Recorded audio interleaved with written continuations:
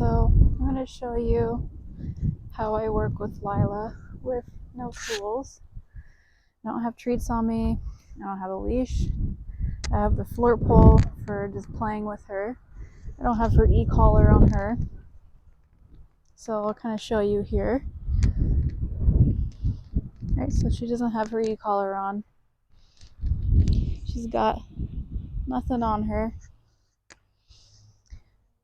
And all of my previous videos, right, she's on the e-collar. That's kind of her main tool. And so I'm going to show you that. So she's 2.5 right now, and I got her when she was 8 months. She used to be actually one of my clients.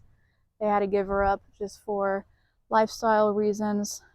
They're traveling a lot, and I was her main trainer. She came to me when she was 6 months and trained during that time, doing board and trains mostly. And then she got surrendered, and I took her in at 8 months. She was, a teenage dog. And she was not perfect at all out of the box. I do get compliments a lot about her behavior, which is really great because I've worked really hard with her. When I first got her, she would go completely on countertops. So all four paws would be on the counter, and she'd eat sticks of butter. She would walk around the home, pulling everything and anything off of shelves, constantly in trash cans. Very wary and under socialized with people. So she would kind of go into flight with people and bark at them from afar, like just alert barking. And so for several months I had her, she was either in a crate or she was on a 30-foot long line, whether inside or outside. And that was just for me to kind of help show her how to, live in my lifestyle, how to be a dog in this society. I think that all the tools I use have really helped her in terms of improving her behavior, improving her social skills, and her responsiveness and respect for me and other people. But it took a lot of time. And I definitely believe that these, our dogs, they don't need tools to be existing, but they do need tools on how to learn how to be in our society. You know, dogs are not born knowing how to be on a leash. It's unnatural to them. That's something that we have done with them. And so being on a leash, using tools, all those things are really awesome and have helped a lot of dogs. And certainly we need those tools in order to help our dogs exist in our society, and also its laws,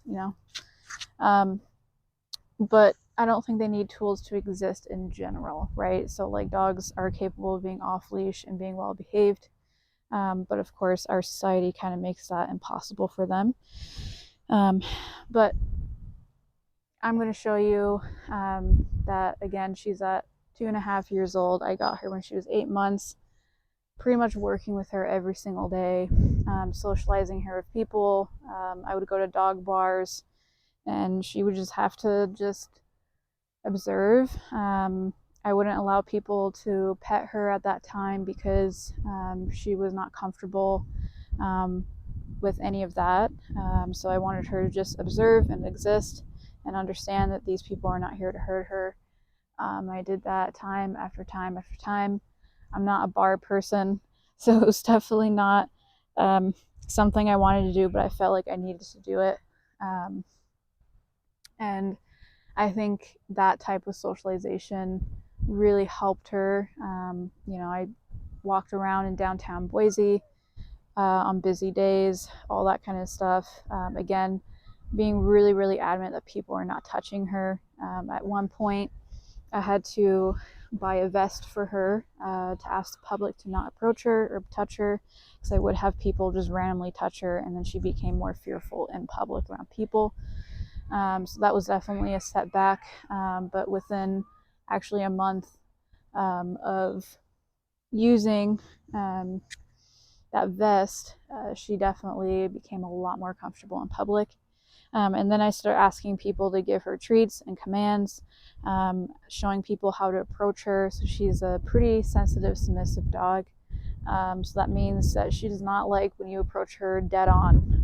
Actually, not a whole lot of dogs appreciate that. So next time you see a dog, try not to walk just straight towards them, right? Go to the side.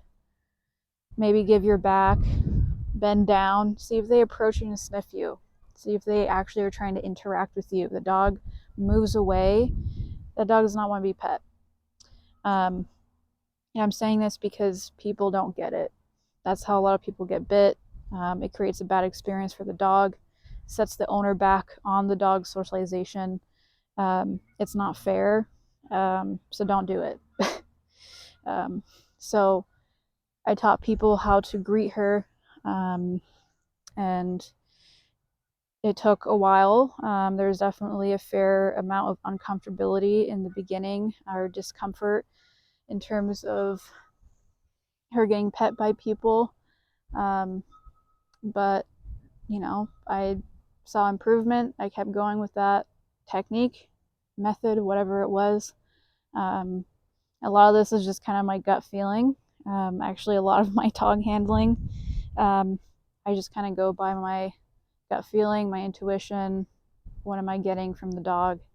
Because that matters, and it has helped me a lot on navigating all kinds of behaviors, aggression, reactivity, fear, insecurity, high hyperactivity. I mean, so many things. I never went to school for any of this. I have a degree in biology, healthcare emphasis, and that's it.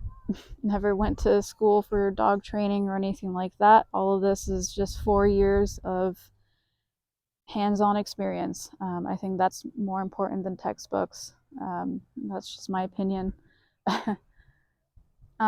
Anyways, so I'm going to show you how I do all the things with her. I can use verbal, I can use hand gestures. I'll kind of do a mix of both. But again, I'm not using any tools, not using treats or anything like that.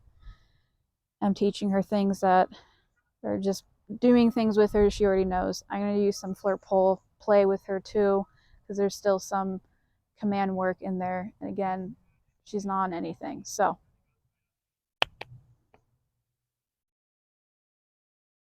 heel,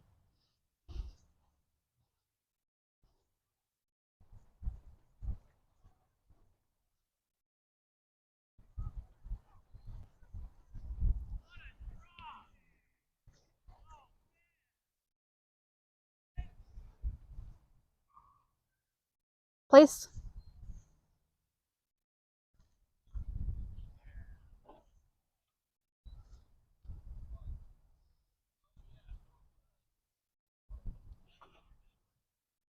Good. Good girl. Good.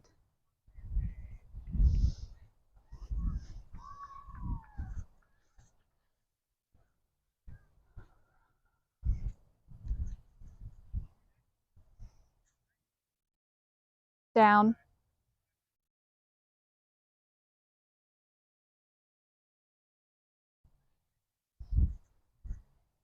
Okay.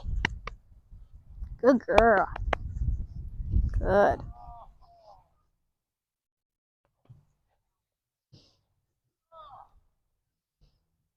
Ground.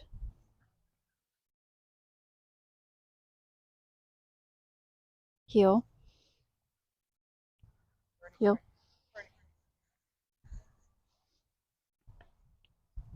Heel.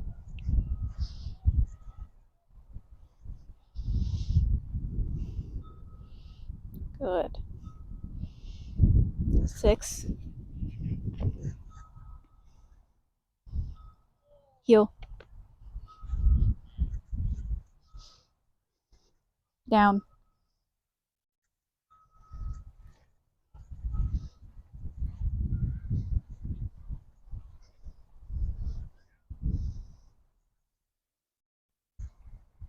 Sit.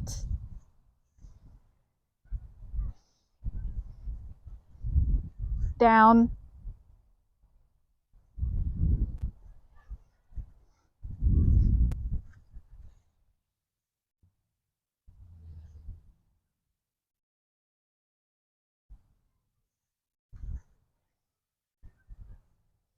Lila. Good girl. That's a good girl. Good girl. Okay. Good.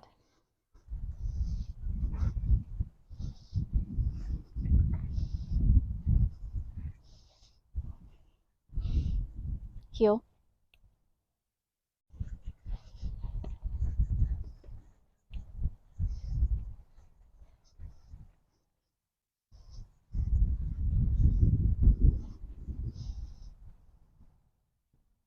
Good. Ground. Good.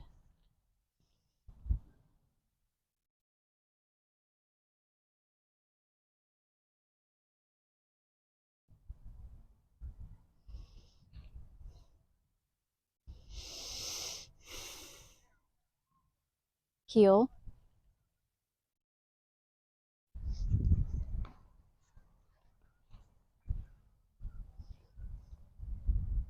Six.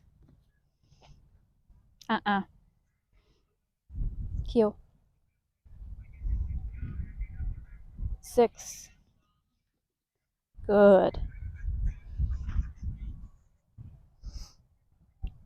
Heel. Place.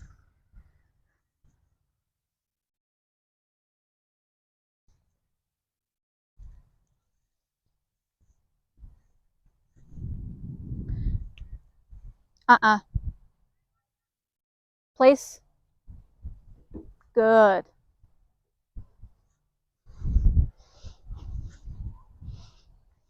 So obviously, right, tools are not in the picture. I would say she's probably making about the same amount or maybe a little bit more mistakes than if she was on a tool. And that just really comes down to, right, I'm not able to give her any kind of physical pressure, whether it's with the e-collar or leash, that sort of a thing.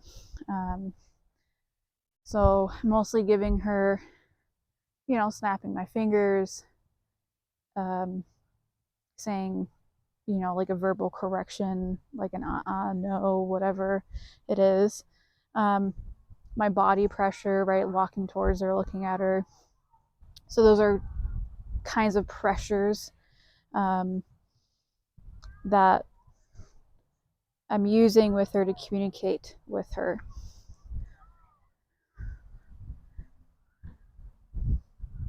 Okay. Good.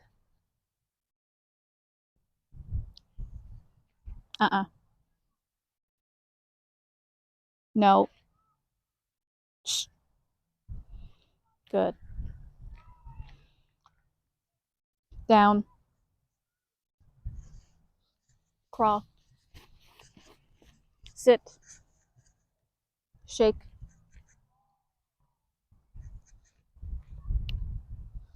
Shake. Shake. High five. High five. Down. Crawl. Down. Crawl. Shh. Crawl. Sit. Back. Hey. Back. Back. Back. Sit. Come. Shh. Down. Play dead. Okay.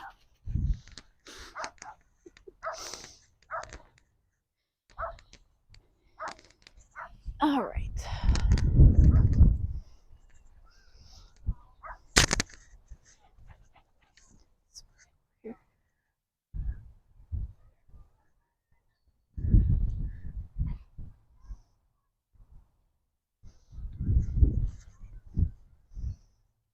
Are you ready?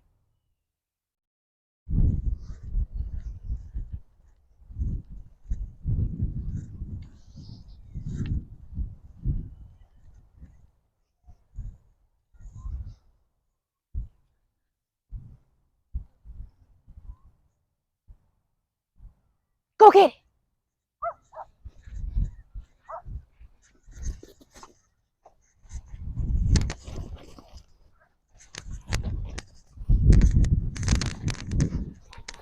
Good. Good girl. Bring it. Good.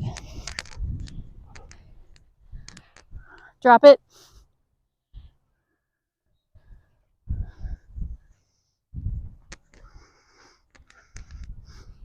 Down.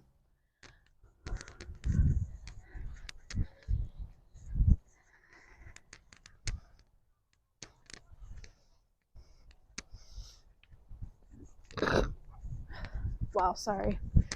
Kind of forgot I was on mic.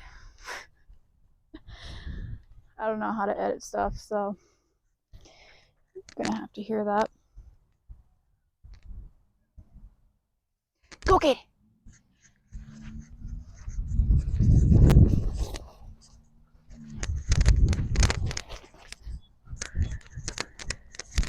Good girl. Bring it. Good.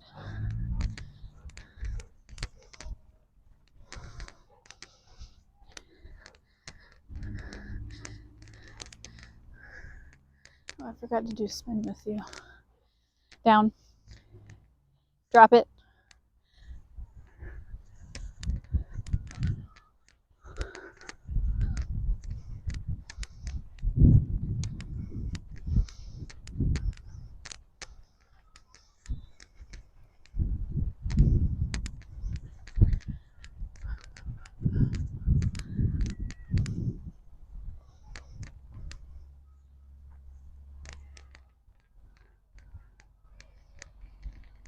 Go get it.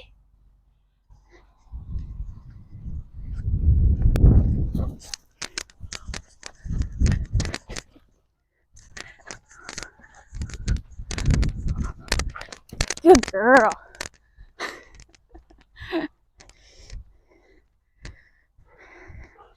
Good.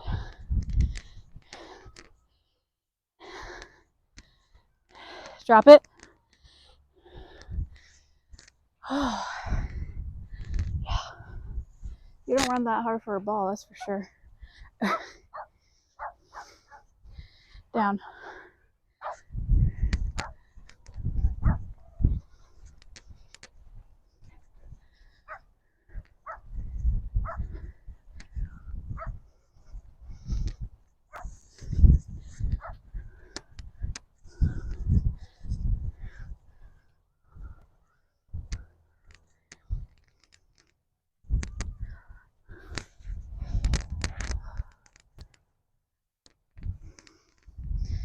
Playing around with it. It's good to build impulse control.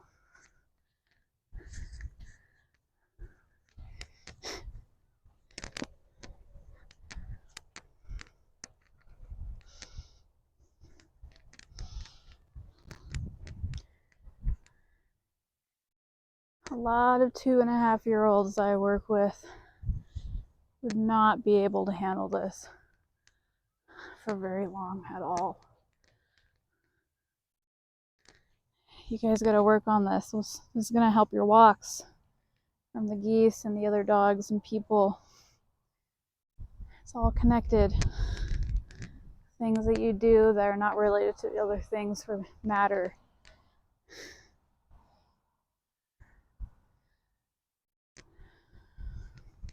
All your activities matter.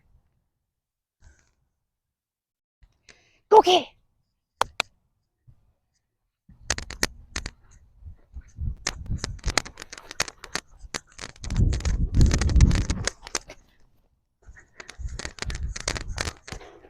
Good girl. Good.